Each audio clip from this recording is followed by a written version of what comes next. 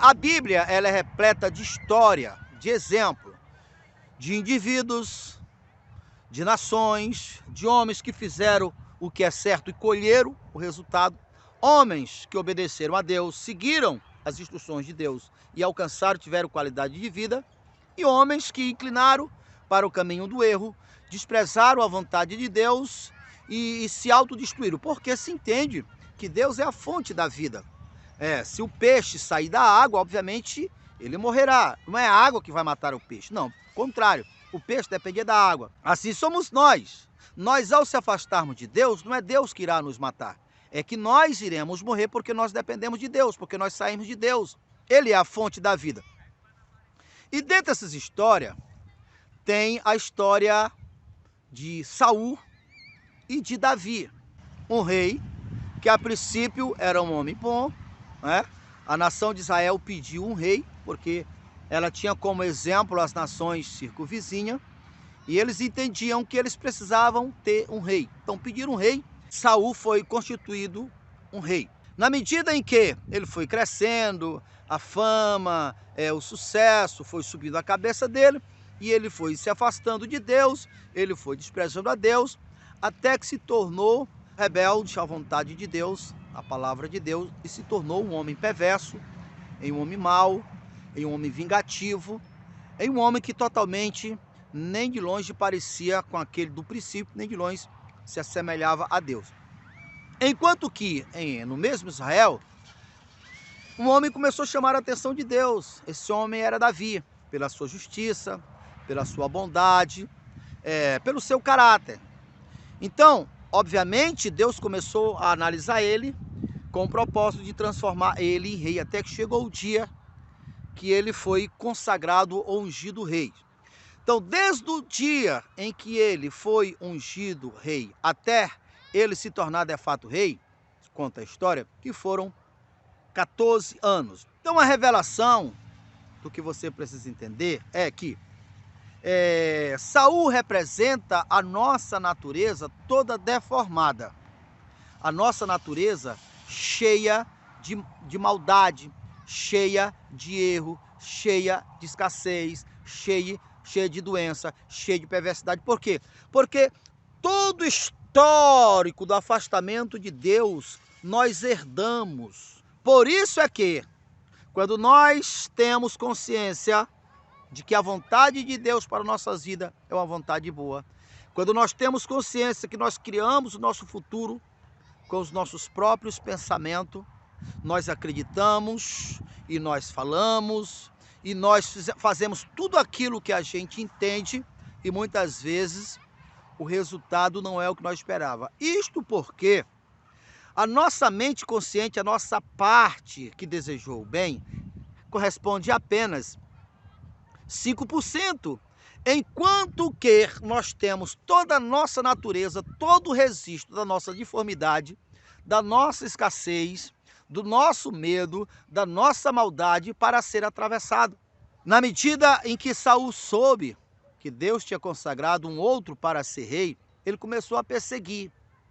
Ele começou a usar toda a sua força, todo o seu poder para impedir, a ponto de mandar matar os parentes daqueles que começavam a seguir a Davi. Enquanto que o próprio Davi também estava sofrendo. Ele sofria perseguição, ele tinha que fugir, ele tinha que passar fome, ele tinha que passar frio. Ele já era consagrado rei. Esse mesmo acontecimento acontece na nossa consciência, acontece na nossa guerra, na nossa briga interior. Nós queremos ser uma pessoa melhor, nós acreditamos nas bênçãos, nós acreditamos em Deus, nós queremos ser justos, nós sabemos que a palavra de Deus é a verdade, sabemos que a vontade dele é que nós tenhamos vida.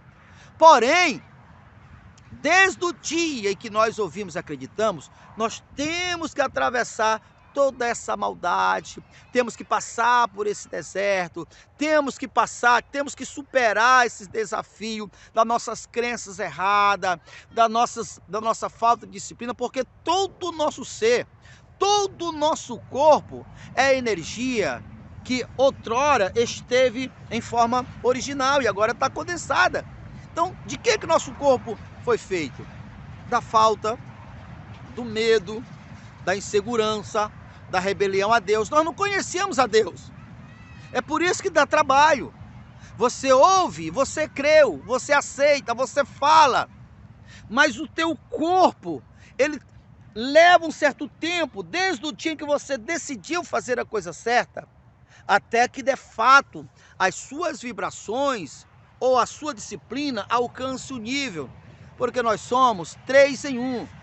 Nós somos corpo, alma e espírito. E esse corpo, que hoje é físico, que é um instrumento, que é o nosso veículo, ele é toda desobediência, ele é todo medo, ele é toda desobediência, ele é toda rebeldia, ela é toda escassez condensada. A nossa alma, que é a nossa consciência, antes nós não tínhamos consciência que nós era um com Deus, que era nós que construía a nossa história, não tinha consciência. Mas a nossa consciência foi iluminada, a nossa alma, agora nós entendemos. As nossas palavras são elas que saem de nós, onde expressa nossos pensamentos, onde expressa, é assim que nós criamos, nós falamos, nós declaramos, mas o nosso corpo ainda resiste. As nossas vibrações ainda resistem. Falamos palavras de bênção, falamos as coisas da vida, mas o nosso corpo ainda resiste, porque ele está condensado. Mas uma coisa é certa, persevere, permaneça, porque todos que buscam, encontram, todos que batem, recebem. Pedi, pedi e dá-se-vos-á. Então essa é a parte boa. Isso para que você possa ter consciência que há essa trajetória, para que você possa alcançar, para que você não retroceda dentro do teu propósito. Se você ainda não é inscrito no nosso canal, se inscreva no nosso canal, clique naquele sininho para ser o primeiro a receber todas as vezes que nós colocarmos um vídeo novo, e até o próximo vídeo.